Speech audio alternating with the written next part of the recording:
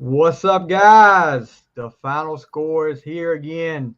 We took a week off last week, and you'll notice Matthew is not here with us tonight. He was out on maternity leave. Now he's a little under the weather, so we give him the week off.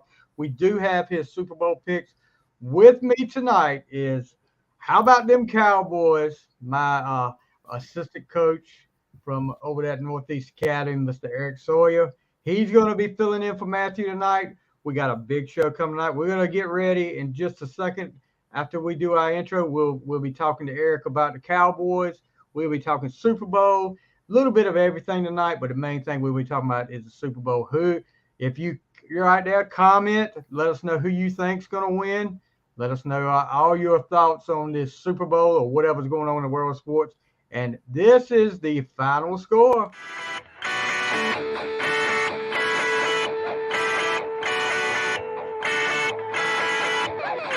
Ladies and gentlemen, you are listening to The Final Score with Matthew and Stevie Fly.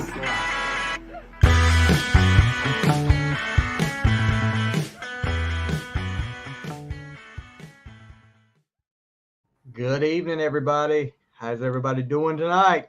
Like I said, it's Super Bowl week, Super Bowl 58.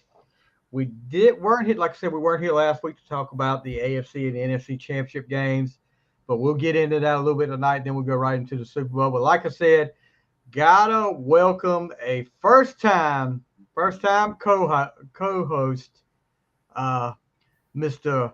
Eric. How about them Cowboys, Sawyer? What's up, buddy? What you doing, Reno? Look, I know one person that Matthew is already chiming in. I know this has got to be Matthew. We already got one comment. Wow, who made that nice intro? I don't know. Some freaking dorky Giants fan is what I see. I don't know about you, Eric. What you think? I don't know. He came across the wrong bloodline, I guess. He got the wrong blue on. So, like I said, we're going to talk Super Bowl 58. Kansas City and San Francisco, who advanced. San Francisco advances after a big comeback win over Detroit. And Kansas City gets the win over Baltimore. Imagine that. Lamar Jackson, everybody thinks he is so great. He flops again in a big time game. Who said that? Who's been saying that all year? Right here. Nobody wanted to listen, but I've been saying it. He does it every year. But before we get into that, and you can tell from the background there, the little star back there behind Mr. Sawyer's head, he is a diehard Cowboys fan. Now, Derek's a little bit younger than me, so he wasn't around to see when my Steelers dominated them all through the Super Bowls back in the 70s and all of that. But all he remembers is when Neil O'Donnell got paid off to throw that Super Bowl against the Cowboys. That's the only reason they beat us back in the last time the Cowboys win the Super Bowl, 95? 96. 1996. Back when VHS tapes were around, you couldn't even watch it on DVD. You had to watch it on VHS. I'm sorry, I had to give him a hard time. But tell me, how on earth Eric Sawyer became a Dallas Cowboys fan? I became a Dallas fan from diapers. My dad was a big Cowboys fan, and he became a Cowboys fan because my grandpa was a Colts fan. So when the Colts were the Baltimore Colts, and my dad tried to pick a team that my grandpa didn't like, so he was like, the Cowboys played the Colts in the Super Bowl. He's like, I like the one with the star on the helmet. And then my dad raised me that same way. Who won that game, by the way? The Baltimore. But I just been, like I said, ever since I can remember growing up. But my favorite player growing up was, a lot of people don't even remember him. It's probably Roy Williams, the safety that used to play for Dallas. So growing up, I remember all the, I hate to say it, sorry quarterbacks that we've been through. Quincy Carter, Vinny Testaverde, all them guys like that. But I just been like I said, I've been through the Romo era. Now we're going through the Prescott era, and I don't see nothing too impressive. So I've gotta throw this up here too. This has got to be Matthew again. They found Tupac's killer before the Cowboys could find a Super Bowl again. That is the truth. Matthew is throwing some shade tonight. That's got to be Matthew. So, what are your thoughts? You talked a little bit about not too impressive. You guys get, you're the NFC East champions this year. You look like you're on a roll. But then playoff time comes around, and you guys are kind of like in the same boat as I feel like Baltimore is. You guys can win, dominate the regular season, but something about the pressure of the play. I don't know if it's the pressure, something about the playoffs. You guys seem to can't handle it, and it showed again this year as you guys got routed in a game that the final score was closer than what the game was because they got a lot of garbage touchdowns at the end against backups for the Packers. What do you think about the Cowboys right now? What's the state of the Cowboys according to Eric Sawyer? According to me, I feel like you should have went ahead. Prescott's been the quarterback for 8 years. Mm-hmm. What people say about Lamar Jackson. I feel like Lamar Jackson's a good quarterback. I feel that Prescott's a good quarterback. But I feel that if you can't lead your team, which Lamar Jackson did lead his team to an AFC championship at least, but he does have the same playoff record that Dak Prescott does. But I wish, I don't know, that they would have fired Mike McCarthy and at least look for Prescott's, I don't even know, successor, I guess, because he's going to choke. I mean, next year, this will be the third year in a row that Cowboys has went 12-5 and go to the playoffs and get knocked out. I mean, we can't even get past the divisional round. We ain't been into the NFC Championship since 95. I mean, we won the Super Bowl in 96, but technically that was the 95 season. Yeah. So I'm like, and me and Matthew talked about it that week after the loss. I'm like this with the Cowboys. Everybody, Dak played terrible. I mean, interceptions. They should have had 2 more interceptions against the Packers. But where was that defense at? Where was Michael Parsons at? Where was that secondary at?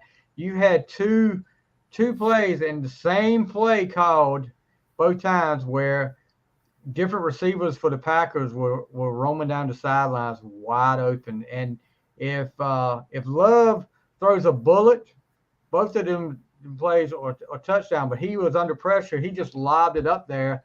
It ends up with a big play that leads to a touchdown, but that's a question I've been asking. Where was that Dallas defense that everybody been talking about all year long? Well, the problem is with Dallas, I feel like, especially this year in the playoffs, was Dallas has been, like you said, Michael Parsons has been rushing the quarterback. Mm-hmm. And then they get the rushing the quarterback, which I thought they did a very good job of rushing the quarterback. But like you said, in the defense, they were playing a lot of zone coverage in the playoff game, and the whole regular season you played man coverage. Why go away from that if that's what you're winning with is man coverage? That's a good question. Why would you switch that in the playoffs? It's kind of like, I hate to keep throwing shade at Baltimore, but it's kind of like Baltimore ran the ball 16 times in the AFC Championship game. 16 times. They threw the ball 80% of the play. 80% of the game. Why do you go away from what got you there when it's the second biggest game of the year and can get you to Super Bowl? Why do you switch it up? Why would you do that? I mean, yeah, it's okay if you want to throw somebody off a little bit, but once you see it's not working, you need to get back to what got you there. Well, the famous play for the Baltimore Ravens has been the read option. And like you said, they get there and they don't even run the read option. And the read option with Lamar Jackson is, a lot of quarterbacks like Prescott, ever since he got the injury against the Giants a couple of years ago, you don't see Prescott run like that. And that takes away a threat on the offensive side of the ball. I wish, like I said, Lamar Jackson and them, if he would have kept running the read option like he was supposed to, they would have I mean, I felt like they would have been fine against Kansas City, but Well, it goes down to coaching. If you remember early in the game on a 4th down play, they actually ran Lamar and he gained about 40 yards. And then you had a play right after that with the running back that I can't remember which. I think it might have been Justice Hill. I can't remember which one it was. He picks up about 16 yards. And then after that, you just go straight away from it. Everybody wanted to blame, all the Baltimore fans and the media wanted to blame Greg Roman, who was the offensive coordinator before this guy, who I can't remember who this guy is that's there now, for all the meltdowns in the playoffs. Well, guess what? Greg Roman's not there anymore. And you still did the same thing you do every year. What is the prime factor in that equation? And what I'm going to tell you, and I've been saying it, Baltimore fans, and I've heard from some of you Baltimore fans that agree with me. Some don't. Your head coach, he's had his time, but he's making some head coaching decisions that have probably hurt y'all more than helped y'all in the last 3 years. This analytics thing going forward on 4th down, and we'll get into that in just a minute too. I think somebody else needs to take a lesson on that too. But going forward on 4th down, I've seen 3 or 4 games that he's cost Baltimore the game because he went for it on 4th down when he could have put points on the board and probably would have won the game if he just put points on the board. But, Harbaugh, I don't know. It's kind of like, and I'll say this, you talk about Harbaugh and I'm a Steelers fan. Tomlin makes some weird decisions at times too, and I'm actually tired of celebrating the fact that every year we celebrate for some reason the fact that he's hadn't had a losing record, but he's just getting over. It's not like he's going 12-5, 13-4. He's going 9-8 and getting over 500 record, and everybody thinks that's the greatest thing in the world. Win a freaking playoff game, dude. We're the Steelers. We ain't the freaking Ravens. So Matthew is asking me to send the link so he can come in. Matthew, you might need to rest your voice tonight. Keep them fingers typing. Matthew is a little under the weather. But, Matthew, you let me know if you really want me to send the link, and I'll send it. Let me know. You don't want no part of Eric tonight. Eric might cut you down. I think we go back to the Lamar Jackson thing is, to me, when you look at the offensive side of the football for Baltimore Ravens, who is the best player? Our offense, Lamar is. Okay, so that goes back to basketball, football, anything. When you get into primetime moments to a primetime game, you want the ball in the best player's hand. Why is he not running the ball? He's been running it all year. You said it perfectly. He's been running the ball all year. You get to a playoff game, a game to go to the Super Bowl, and you don't run the ball. You just stand back. That's never been your game. You look at his highlight tapes in high school, college. He's a running quarterback. No knock on his game. I think he's a good quarterback, but you have to play to your strengths. You said it, and I go back and I'll throw shade at my boys at the Steelers. Probably, and I know you've seen highlights of him. It was before your time. Cordell Stewart, probably the first really running quarterback that the NFL had that could play. He would play his rookie year. He played running back. They lined him up at running back. They lined him up at receiver. Then he went back to quarterback. And but then it was a couple years. They tried to turn him into a pocket passer, and he wouldn't run the ball. He would stay in the pocket. You're taking away your biggest strength. Look, I know that you don't want it. You don't want him to get hurt, so you don't want him to have to run the ball. But he's got to learn to get down and slide when he feels like contact's coming. Get down and slide. But yeah, they did the same thing with Cordell, and Cordell had a rocket arm. He had a cannon on him too. He would have the thing that frustrated me about Cordell. He would have 1 year where he would play lights out. Then the next year, it was like he'd never seen a football before. Then the next year, he would play lights out and then act like he'd never seen a football. It was up and down. If Cordell was around this day and time, he would fit right in. I mean, he would be one of the top quarterbacks in football. But he would be like Lamar. Lamar is the best running back playing quarterback in the NFL. I'll say that to this day. And they're like, oh, well, he gets all that. He doesn't make good decisions in pressure time.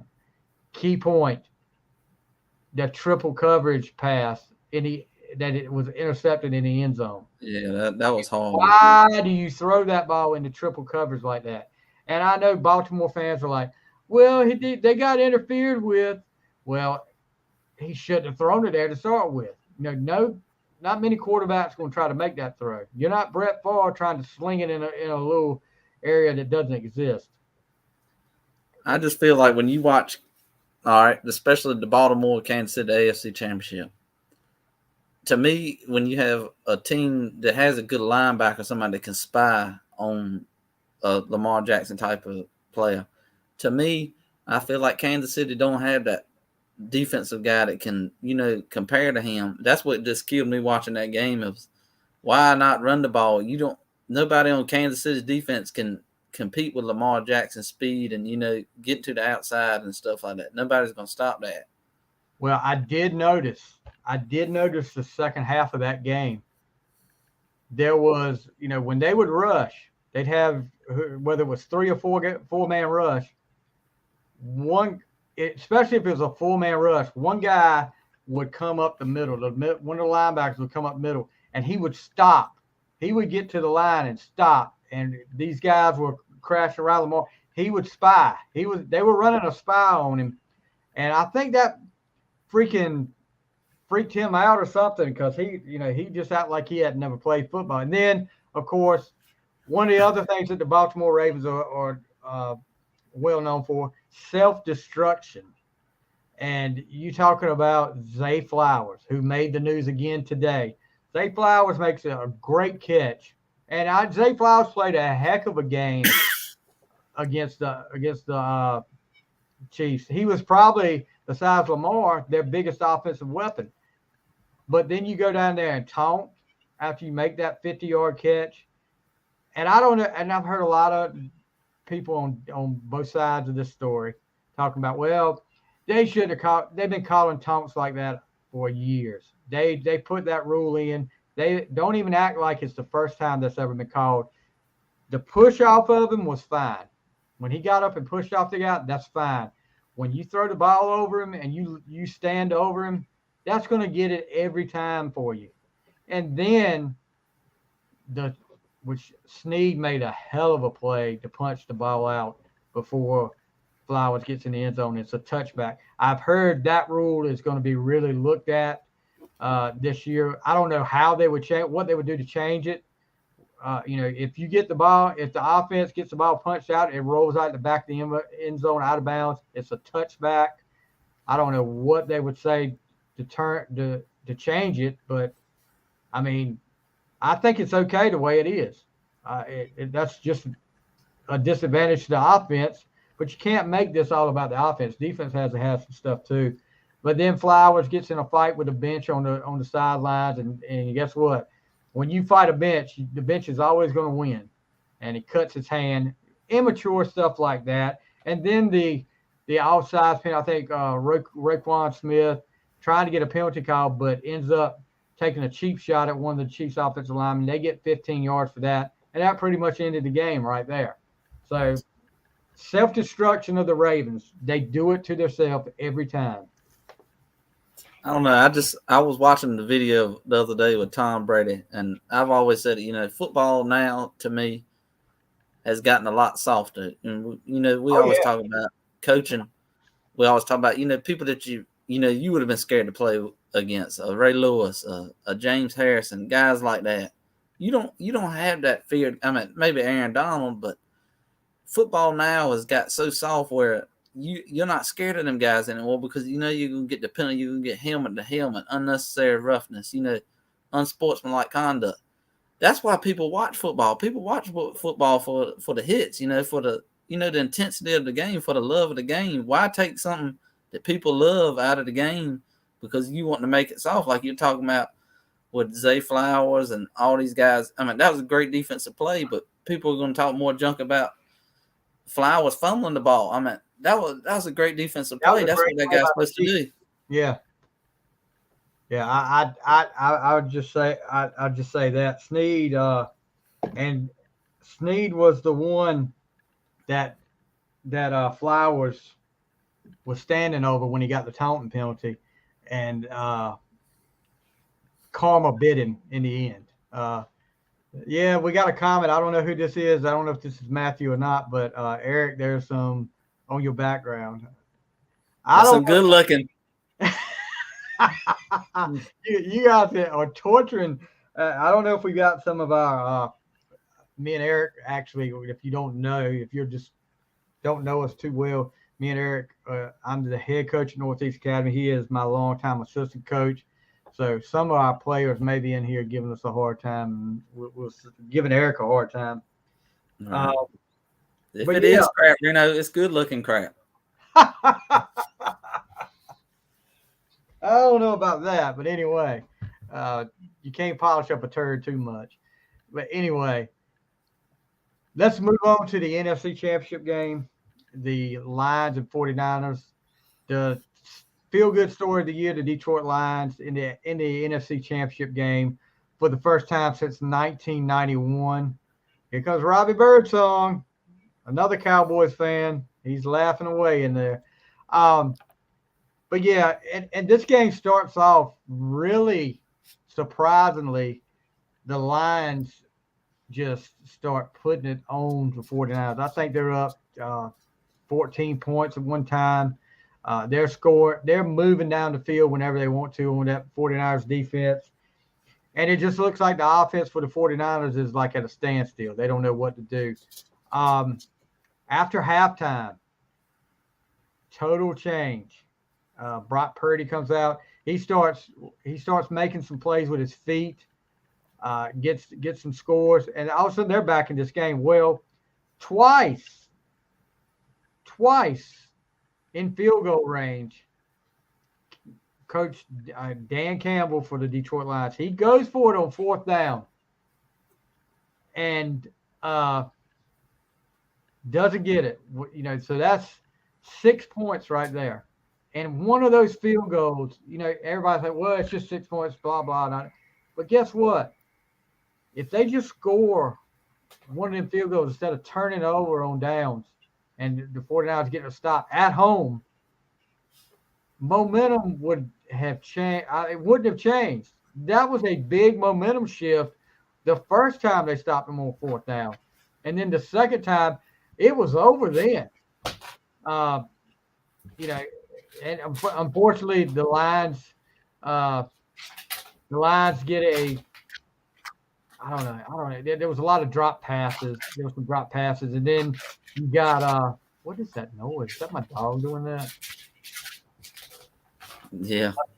Okay. But yeah, the Lions just blew it. And I mean, I love Dan Campbell. But he made some big mistakes in that game, and the 49ers end up coming back and winning that game in a close one. But man, the Lions really blew an opportunity there.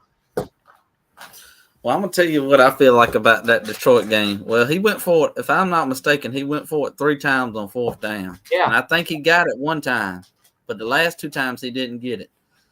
I think what killed me the most is, like you said, especially when San Francisco at the end, they had a 3-point lead. San Francisco did. Mm-hmm. And Detroit, the last one could have kicked the field goal instead of going for, Yeah. That was my thing is, just like I know as a coach, you're going to take them points because if you don't score the field goal there, you're going to go ahead and do what like San Francisco did, and they can get up 2 possessions with, time is in your factor there. You have to take the points. You got to take them. Any way you can get them. Yeah, I mean, and you just got to put points on the board in the playoffs, on the road especially. So hold on 1 second here. Let me see if I can get this thing straight here where we can. Hold on. Let me get this off Eric. I may not be able to get this off Eric. Hold on. Matthew, I Y'all can't. ever seen them? Y'all ever seen them interviews where people will like interrupt something and like make funny faces and stuff? What you got to say, big boy? I'm just interrupting. I want to get in the middle of things. I want to hack the interview. Well, I can kick you out of here real quick.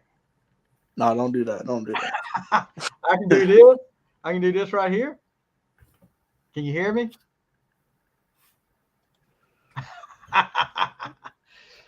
I can take care of that. But anyway, Matthew joins in. How you feeling, buddy? I'm feeling all right. This morning was rough. Everything's worse in the morning and worse at night. Yeah. But I'm doing better. What's up, Eric? What's going on, Matthew? What you doing, buddy? Much. Congratulations on your baby. Yeah, Thank you, man. Thank you. We haven't made the official announcement up here yet. But the reason we were out last week, Matthew and his wife welcomed a new, not so little baby boy. Gosh, that guy could probably play offensive line for the Cowboys.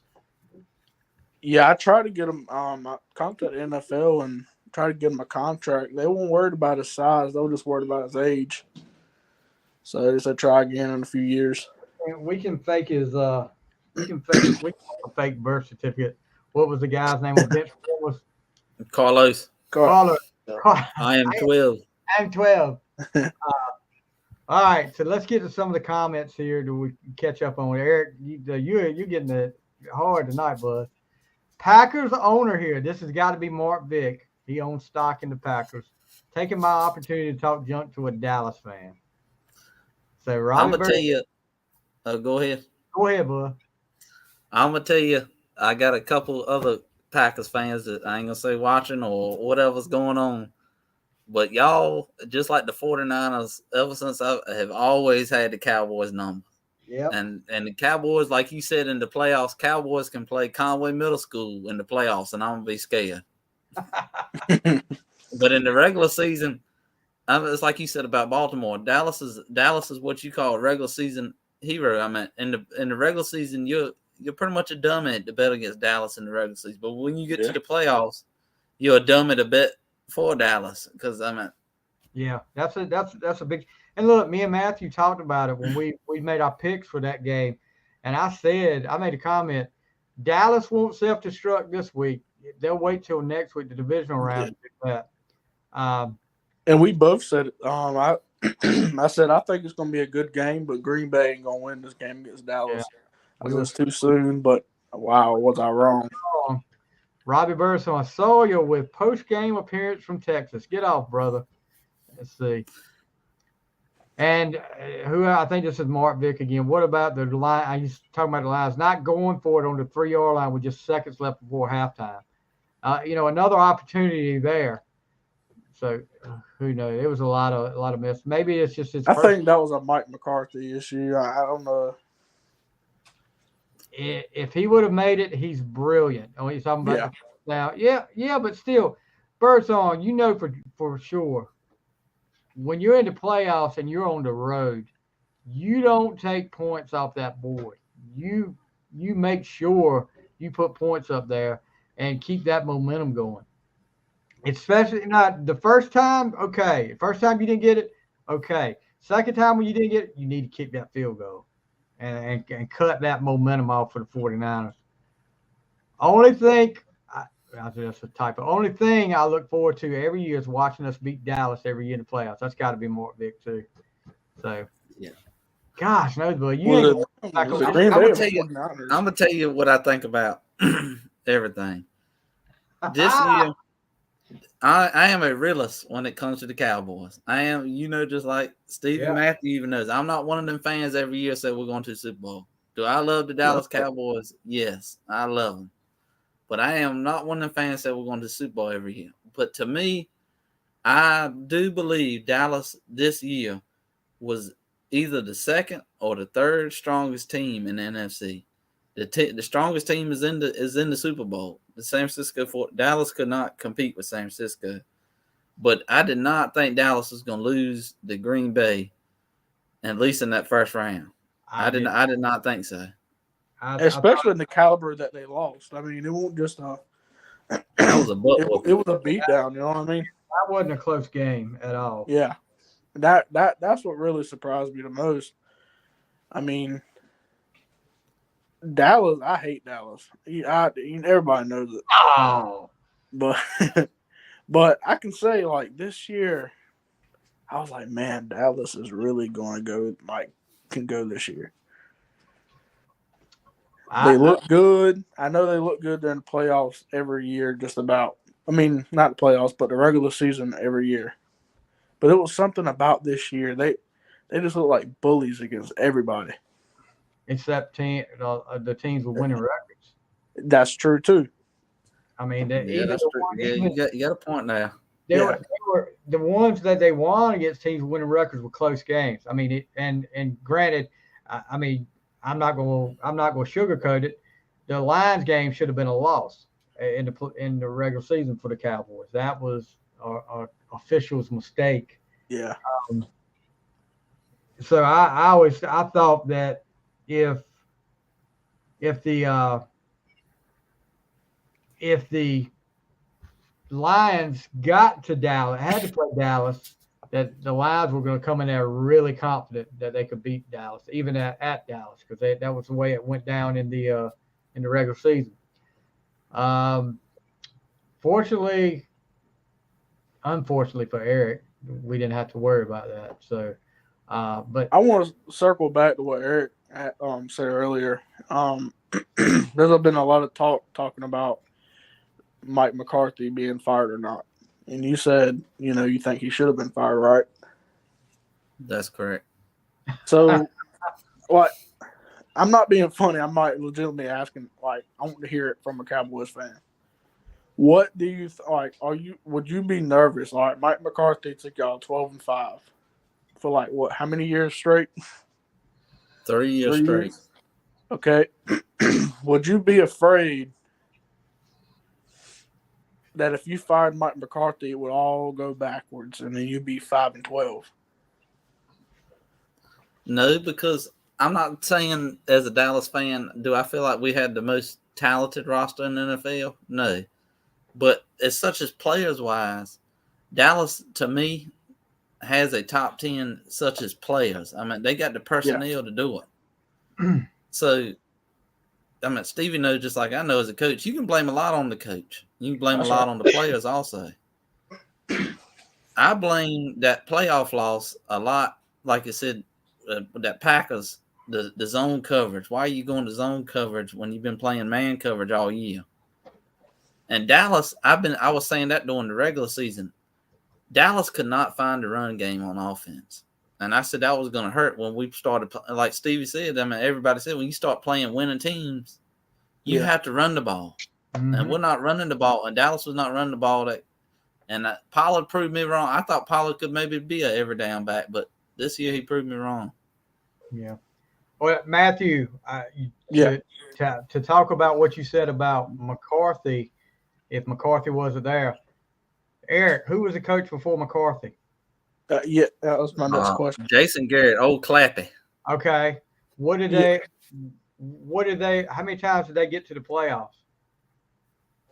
I mean, they still went to, you got to think about Prescott's years.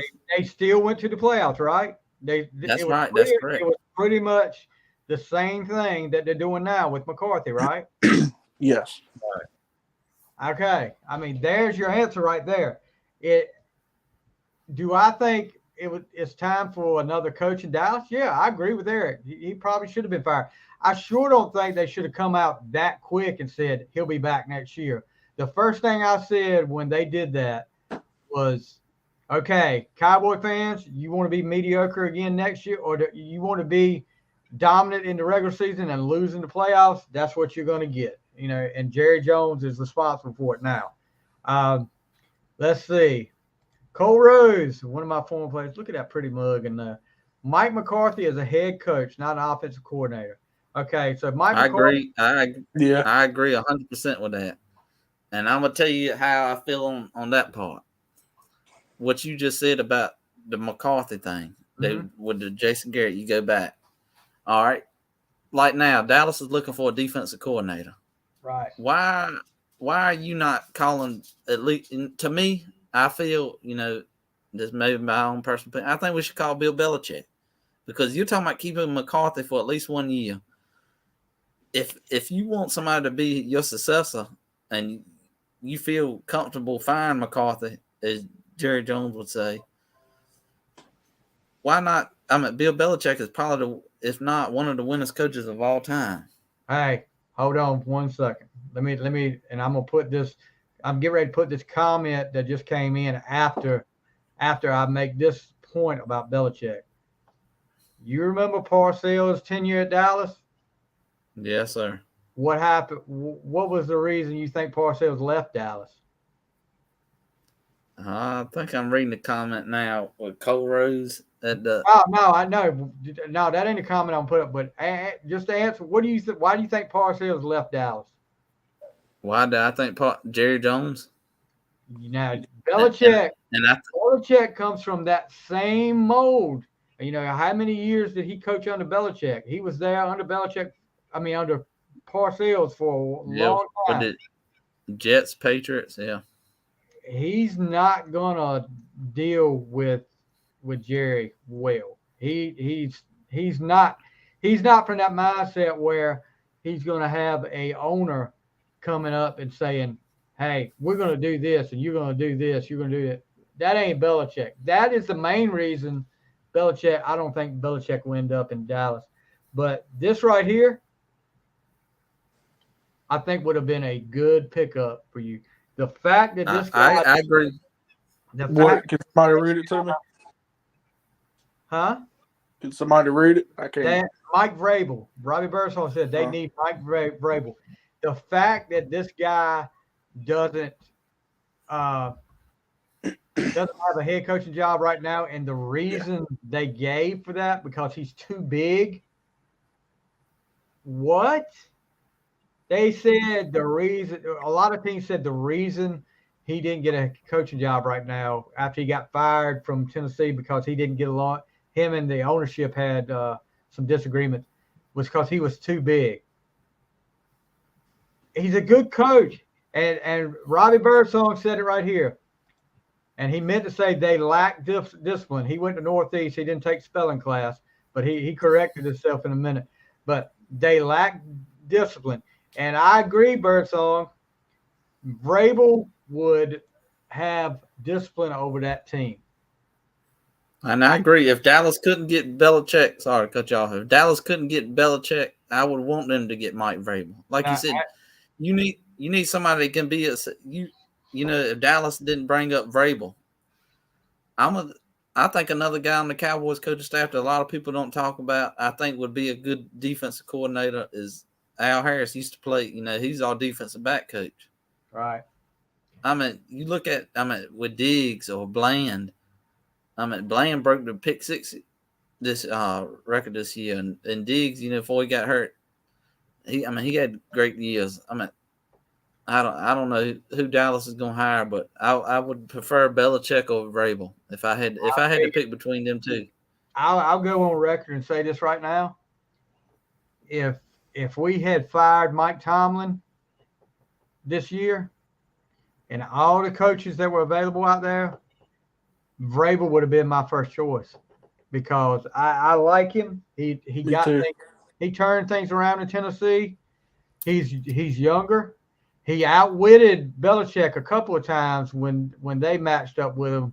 And, I just think he's a good coach. I would love to see Vrabel in Pittsburgh. And, Matt, there's talk about him getting a coordinator job. I'd take the year off, maybe do some commentating.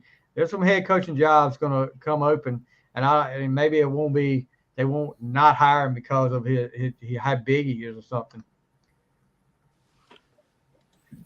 I was surprised that Tennessee fired Mike Vrabel. Belichick will never come. He will never have control like he wants. And Jerry Jones chime is in? way too spoken. He's way too public. He's Bill Belichick. Somebody like Bill Belichick needs somebody that stands back. You know what I'm saying? That stays out the way. Jerry Jones does not. Jerry Jones is very public and open, and that wouldn't go well with Bill. What you gonna say, Eric? About what I was gonna say is a lot of people hate the Dallas Cowboys for one reason. Most time people say it's the fans. Do I feel like as a fan, a lot of the fans are outrageous. That, like I said, they're not realist. But what gets people hyped up every year is Jerry Jones. Jerry Jones every year. I'm going all in. He done said it already. I'm going all in. We're going to the Super Bowl. Well, it's been almost 30 years, Jerry. We ain't even smelled the NFC Championship yet. I mean, like you said, I'm 30 years old. At time they won, I was in diapers. That's why I said, when the Cowboys go to the NFC Championship now or Super Bowl, whatever happens in my lifetime, I can say I've been a real Dallas fan because I've been through the tough times. Yeah, you had. I was looking on my phone, if I still had it. One of those realist Cowboy fans. Every year, I see him and he comes up there and the first thing he says, "The confetti's gonna fall come February, and the Cowboys are gonna be winning the Super Bowl." He says it every year. If I could find that video, I'd play it for you right now, but evidently I've got rid of it somewhere. But yeah, I mean, and look, don't think that I think Cowboys are the only team that have fans like that. Every team has fans like that, but there's a couple of teams that have more than just a little bit. And the Cowboys, well, it depends on where you're at, especially around here. Because they'll bring out the Cowboy stuff when it's right before the season starts. They'll be decked out in all Cowboy stuff, and then about December, they'll start going away a little bit more. But I don't know if y'all seen the post conference with Jerry Jones when Green Bay beat Dallas in the playoffs, but they asked him and they said, what about Mike McCarthy's job? And he said, "I'm gonna be honest with y'all, I have not thought that far out." And the interviewer said, "You haven't, you didn't think about if y'all were going to lose or not?" He said, "No." He said, "I didn't even think about, what was going to happen if we lost, because I didn't think we were going to lose." All right, that tells you right there. It's like, all right, you only live for the moment, and you're like too much of a hype man. You're the owner of that team. You got to think of all scenarios for the future of the Dallas Cowboys. Jerry is a businessman. Jerry is main concern right here is about putting butts in the seats and making sure that his team turns a profit first. Now he may say, "I want that Super Bowl. I want to all he wants to," but his first priority is making sure they make money. And that's why I say he's too much of a hype man, because I don't think he's thinking about, what if we lose? What about them? What do we need to do to win? He's more of a, let's get these fans pumped up and excited for this season and making them think we're going to win. The main thing with Jerry, that brings tickets, that brings jerseys. The main thing Jerry needs to do is sit up there in the press box and hire a GM and stay out of the. He signs the checks, lets the GM make the football decision, and the coach make the football decisions. I mean, let's look at Cole Rose. Cole Rose had some comments. Should be illegal to say you're interested in a coach while they are still playing. Dan Quinn made horrible calls in that playoff game. Behind Dan Quinn and some of these other coaches getting hired are 2-1 side of the ball focused. And here goes Washington firing Rivera for Dan Quinn. Now, it's not illegal to say you're interested. It's illegal for them. I mean, I could say right now, Pittsburgh could be interested in so and so and so and so, but that don't mean they're going to get him. I see what in a way, I see what you're talking about, Cole. You can't be negotiating with another coach while they're still in the playoffs. But it's just like with Detroit, everybody, Washington, Carolina, there was somebody else was saying they wanted Ben Johnson, the offensive coordinator. They were all talking about that. Seattle. Seattle, yeah. Seattle wanted Ben, but guess what? He stayed with Detroit. He says he's got unfinished business. So, I mean, saying it, but I see what you're saying in a way, but I don't think Dan Quinn at that time of that game was not Washington's first choice as head coach. Believe me, he was not the second choice either. Do y'all realize that guy flew in coach when they brought him in to announce him as the head coach of the Commanders? He flew coach. They didn't bring him in like first class. He's probably like the fourth choice, to be honest with you. So I don't know. Like a worst case scenario. Yeah, I mean, he was like, okay, we can't get him. Quinn's still over here. Let's put a pin in Quinn over here. And then they had to take that pin out and get him because it was getting crunch time. But I still don't. Washington probably should have got Vrabel too. That would be as a. I'm not a Commanders fan. My mom is a diehard Washington fan. I would have loved for her situation to see them get Vrabel. I don't know about Quinn. We'll see. He may turn out all right, but I just think about 28-3 every time I think about Dan Quinn. Yeah, I don't blame you on that one. And Dan Quinn, to me, I hate to see him go to Dallas. But like I said, with the playoff game, that upset me. I'm like with Cole, did he throw it on purpose? I mean, was he just ready to go ahead for the head coaching job or what? Because I don't think so. Look, if you look, you always talk about, and you made the comment earlier, certain teams seem to have Dallas's number, right? That's right. Even before Quinn got there, but since Quinn got there, how many times has he beat San Francisco? None. And one win over Green Bay, and since they've been there.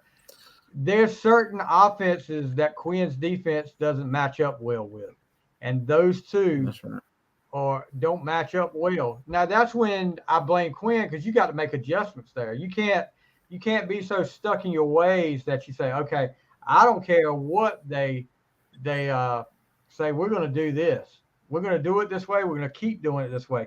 I've had coaches in high school. Look. One of our coaches in high school, we practiced a certain offense all week, playing a big rival game that week. We were going to surprise these people. This was before the days of watching film on YouTube or Huddle or whatever. There was no such thing. We hadn't run this offense against anybody. Brand new that week. We come out first play of the game. I'll never forget it. We come out that first play. And you hear the big defensive linemen, when they see us come out in that formation, yell, shift. They knew what we were doing, and they shifted right into our offense. We could not talk that coach into changing that offense. He would not change it. He said, it's going to work. It's going to work. So, I mean, that's just hard-headed, being hard-headed and thinking your way is the highway. But you can't do that all the time. Cole Rose said also to chime in on Lamar, he should not be MVP. Hot take. Tyler Huntley could run the team the same way Lamar does. And agree. Tyler Huntley had evidently. I'm not the only one because a couple years ago I said this when maybe it was last year when Lamar was injured at the end of the year. I thought Huntley threw the ball better. He had a better touch than Lamar did. Now, he couldn't run the ball. He wasn't explosive like Lamar was, quite as explosive, but he could get some yards with his feet. I mean, it's the same thing, whether it's Huntley or Lamar. They flop in the playoffs, and they did it again this year. So, Super Bowl 58, Sunday. What time we talking about? 6:30. That's kickoff. Probably like 6:38 or something like that. They had to put something different in there. Reba McEntire singing the national anthem. Usher is the halftime show. And the Chiefs and Taylor Swift versus the San Francisco 49ers. So let's look at this. If you're going into this game as let's say the Chiefs head coach, what are you trying to do to stop the 49ers on offense? Running. And look, here's what I'm doing. Purdy is Mr. Irrelevant. Great story. He's in the Super Bowl, last draft pick of his year. And he is taking these to the Super Bowl. But there's been some games he struggled this year. And, well, mostly when Debo's not in that game, if he's hurt, Purdy kind of struggles because I think he's kind of like his big weapon. He's who he looks for. And I'm trying to, at least the first part of the game, I'm trying to make calls where, stop the run and make Purdy beat me. I'm getting pressure on. I'm pressuring him because I'm gonna tell you this. Everybody's talking about Travis Kelce. Everybody's talking about Patrick Mahomes. But guess what? The reason the Chiefs are in the Super Bowl this year is that Chiefs defense. Snead has come out of nowhere, and that secondary is really good. They're one of they don't get a lot of credit for that secondary. The front line with Chris Jones, that's another thing there. That defense has carried the Chiefs at times to the Super Bowl. So that's going to be an interesting matchup, and one that I'm wondering how Purdy is going to handle that. I like Brock Purdy. I hope he wins this game. And if the 49ers win, they tie the Steelers and the Patriots for most Super Bowl wins. So I could very easily pull against them, but I'm not going to do that. I'm tired of the whole Kansas City Chiefs show. It's time for it to end. But what do you think, Eric? As far as if you're the Kansas City coach, what are you gonna run? If you run the offense sometimes with us. What are you gonna run on offense with Kansas City to try to offset that San Francisco defense? What I'm gonna tell you is just like I always say, San Francisco's team, what you just said, offensively, defensively too, but especially offensively, they got so many weapons. So what did I say about the Detroit game? You had to play the time is, that's a big part of the game, controlling the clock. Yeah. And to me, what you were talking about Kansas City, the defense, I think the defense is okay for Kansas City. I think, like you said, they don't get talked about enough, and they do play good. But I'm going to tell you who don't get talked about a lot is the Kansas City run game. They run the ball really effective. Pacheco. Yeah, with Pacheco and what's the other one? Rice and Edwards-Helaire. They got three that can run the ball. Edwards-Helaire is kind of slacked off because of injuries, but he still can make a difference. But Pacheco and Rice, I like Pacheco. I really do like. So Pacheco. why not run the ball? Why not run the ball? Set the tone. Let them know, hey, we're not just going to depend on Kelce and the Kelce Mahomes show. The Taylor Swift show to win the ball game. We can pound it in there just like everybody else can, and set the tone. Because to me, what you said about San Francisco is true. The only way you're gonna stop them is if you could get in Purdy's head. Because you got McCaffrey, you got Debo, you got IU. I could keep going. San Francisco has the best offense in the NFL.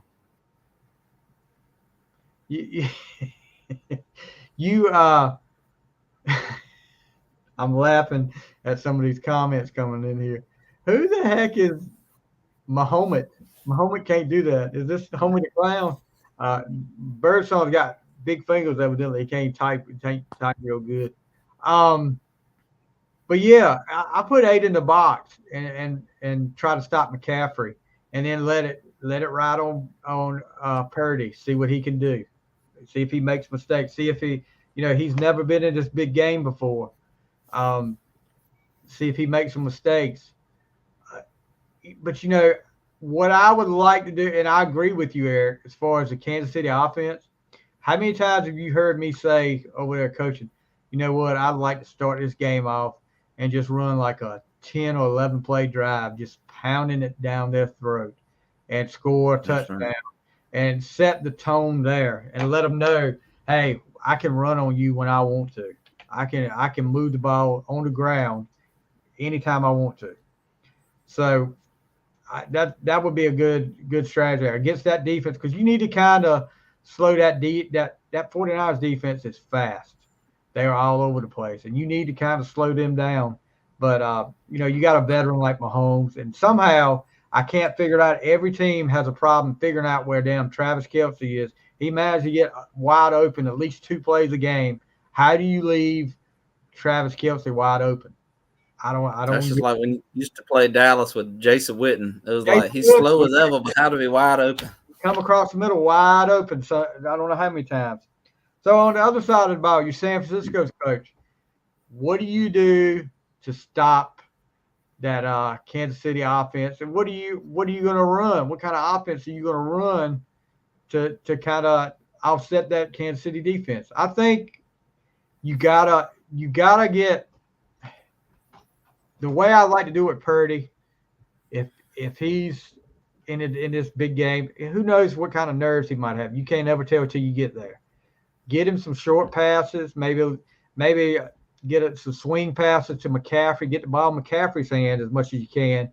Swing pass to McCaffrey, or maybe a little tight end screen to Kittle to start the game, to get him in rhythm, and then let him go from there. Have McCaffrey run the ball. Snead is shutting somebody down, somebody said on Facebook. So, but you got to get pressure. You got to get pressure on Mahomes on defense. What I think about the San Francisco, to me, like I said, I call offensive plays sometimes. If I could call anybody's thing in football, it'd be San Francisco, because they got all the weapons I would want. Oh yeah. And I would tell you, I would run sweeps, jet sweeps, screens, stuff like that all game.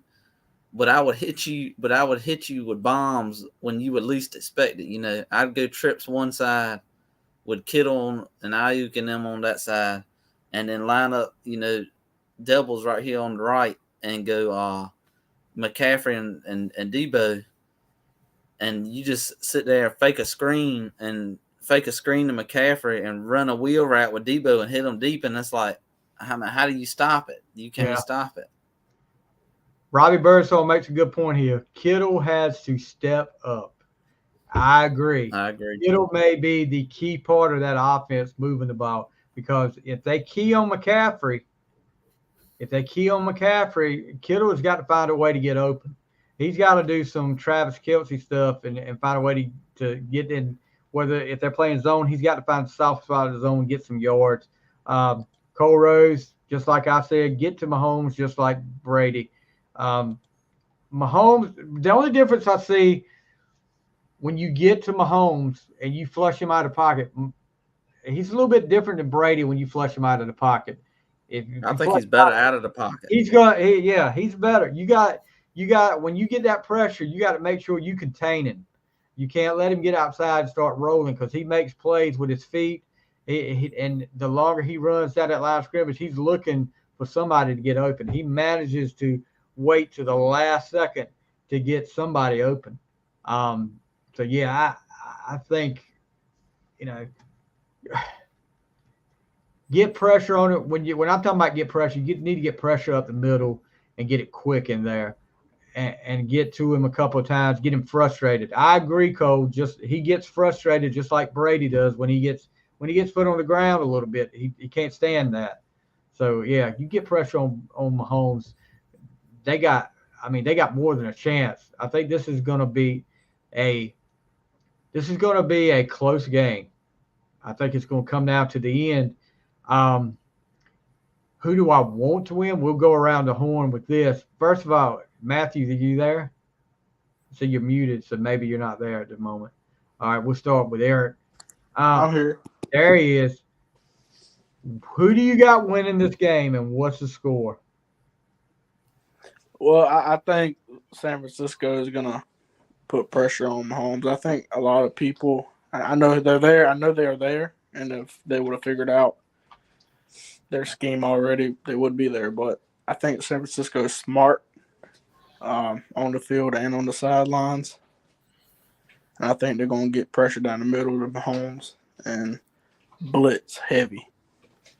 You know why? Because they can. You're stone cold too? Or you stone cold? That's the bottom line because the 49ers said so. That's right. But I think San Francisco is going to win. I think it's going to be 31-27. Robbie Birdsong, you have to frustrate Mahomes early, maybe a penalty or two to make him destruct. I agree. Yes.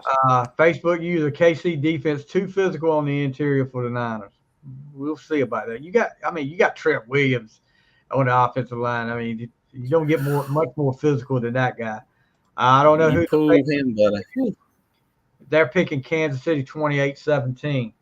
All right, Eric, you're up next, bud. Let's get your thoughts on your pick.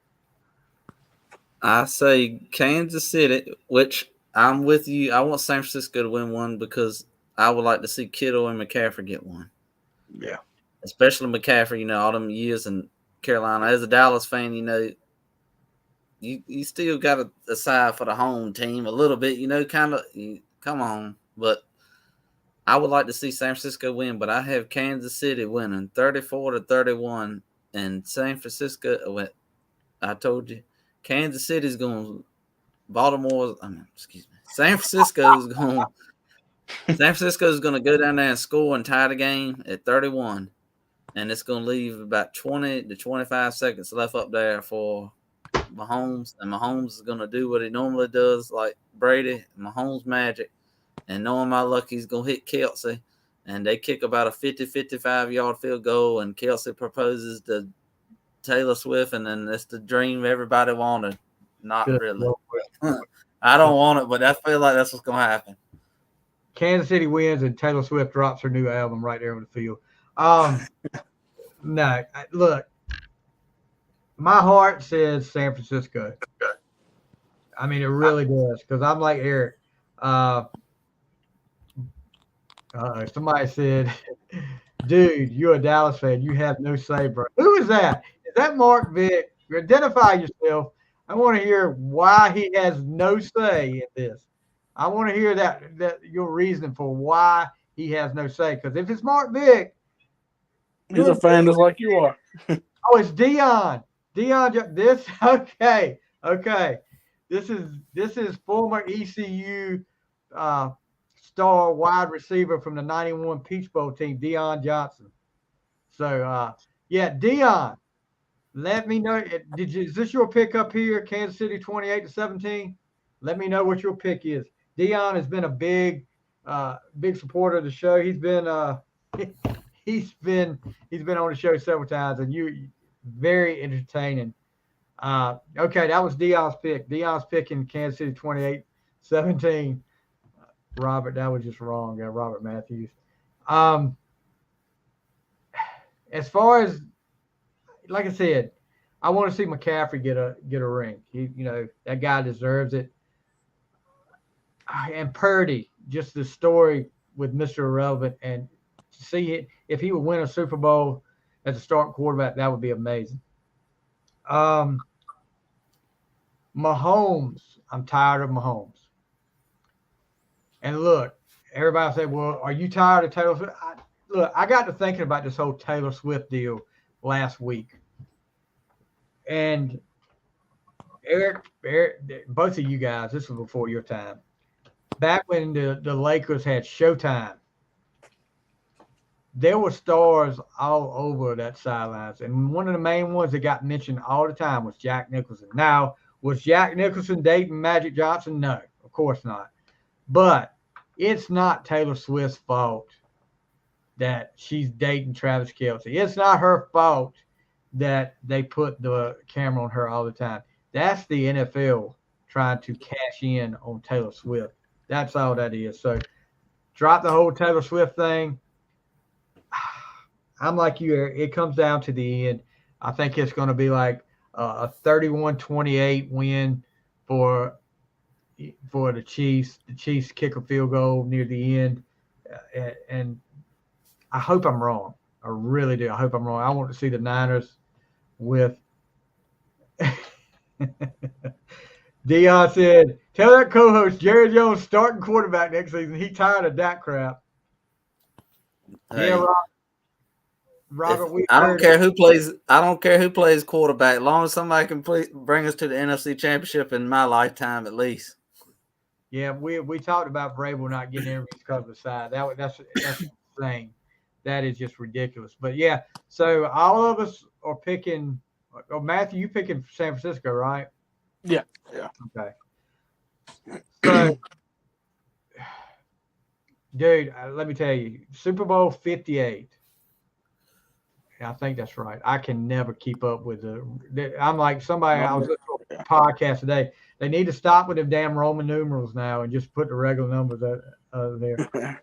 So I'm looking forward to it. It's hard to believe it's already the end of the year, and soon we'll be talking about mock drafts and all this. Look, here we go. John Michael Timberlake. Just for your info, Carolina Hurricanes Martin Nichols has a hat trick in the first period tonight. If you follow hockey, Canes up 3-2 on the Avs. Look, this Dion is they're hammering you, Derek. I'm sorry. We don't need to bring you on. We all going to be dead. It's going to be in the next life, bro, when they go to the NFC Championship game. Robbie Bird's saying San Fran's going to fold like Detroit. I hope not. I hope it's, I want to see a good game. And we've had some good games. It's been a while since we've seen a blowout. So hopefully it's a good game. And I don't know. I'm ready for it. Hopefully San Francisco gets the win. Any last words from you two before we get out of here? I wanted to let you know that I appreciate you letting me come up here and all the junk talk to me about the Cowboys. But next year, let's please God up in heaven. If you're a Cowboys fan, please bring us to the NFC Championship. I ain't one of the fans that say go to the Super Bowl, but please bring us to the NFC Championship. Man is praying to God. Dion, if you're still out there, ain't you a Carolina fan? I think that's what I remember, right? Or is it a Patriots fan? I can't remember. If he's a Carolina fan, he ain't got much, he ain't got much say so either. No more than Eric does. All right. Last word from you, Matthew. Random fact. What team has the least amount of blue? Huh? What team in the NFL has the least amount of blue in their logo? Well, there's a lot of them that don't even have blue. So I'm talking about what team that has blue in them has the least amount of blue. Yeah, I don't know. You heard, I don't know. I don't know. Steelers. We don't have any blue in ours. Exactly. Ha. I don't get the question. I just said there's a lot of teams that don't have blue in it. Yeah. What about the team? You just said. Yeah, you look. Every time I do this, I has blue in it. I don't want blue in. I don't want blue in our logo. I'm good. I got to come up with something crazy. Huh? I got to come up with something crazy every time I get up here. All right, Dion's making some comment. Steve, Purdy gonna play like Purdue chicken wings. Okay. Hopefully not. It sounds like you're gonna be have you converted to a Kansas City fan, Dion? By the way, Dion, make sure to tell your son happy 16th birthday yesterday. I did mention it on Facebook. So 16 years old, that guy's gonna be. It looks like he's gonna be a beast too. Panthers to the Super Bowl 2075. That'd probably be the year Cowboys play the Panthers in the NFC Championship. It might be. And Dak Prescott's grandson is going to be playing quarterback for. Never bet against my homie. Yeah, well, that's true too. That's the truth. That is the truth. You couldn't bet against Brady. Like Brady. Yep. He's the next Tom Brady. That's for sure. I thought that was Lamar Jackson, Stevie. That's almost as stupid as the blue comment while ago that you said. There is not blue on it. Where do you guys see blue on a Steelers helmet at? What? Who's saying it is? It's black and yellow. The song is about the black and yellow song is about the Steelers colors. Black and yellow, black and yellow. Oh. Matthew, I'm not going to start rapping either. So don't get. I'm about to say, come on now, I'll give you a beat. We'll have to bring Cole DeLoach on to take care of that. Oh yeah, Old Loach. Old DeLoach. All right, before we go, guess what I want to mention before we go. And I know they lost last night, but Jared Johnson, if you're listening, how about them Tar Heels? How about what happened in the Dean Dome the other night? I don't care who we lost to since then. We whipped y'all. So take it. The 3 little star things. Hold on. Let me go get my Steelers helmet. I know one of the little stars is red. Hey, he's right. Robert is right. One of the stars is blue. There you go. Now, that's exactly why. You didn't know that. Yes, I did. Let me tell you why. Look, I'll let you dig that hole yourself. Sure, and you then did. You would have thought about it, and you would have looked it up and be like, damn. I just said Matt was crazy right on there. I was wrong on that, but yeah. I just said that was just as stupid as the blue comment just a second ago. All right, keep digging your hole, buddy. The Lamar Jackson comment was the stupidest comment you've made in a long time. But I want the blue one though, right? I'll take it back. I retract that statement. I take it back. I admit when I'm wrong. All right. I want a discount at the store. Thanks.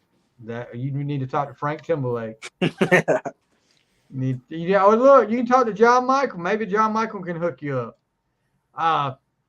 Anyway, guys, that's going to do it for this week on the Final Score. We hope you enjoyed the Super Bowl and hope you didn't get too turned off from the NFL by that freaking joke they call the Pro Bowl now. I didn't even watch that. I don't know about y'all. I didn't even watch I haven't watched it in years. This is a joke. It's flag football games now. The Pro Bowl games now. So anyway, you guys have a great week. Thank you, Eric, for joining tonight. Matthew, I'm glad you're feeling better.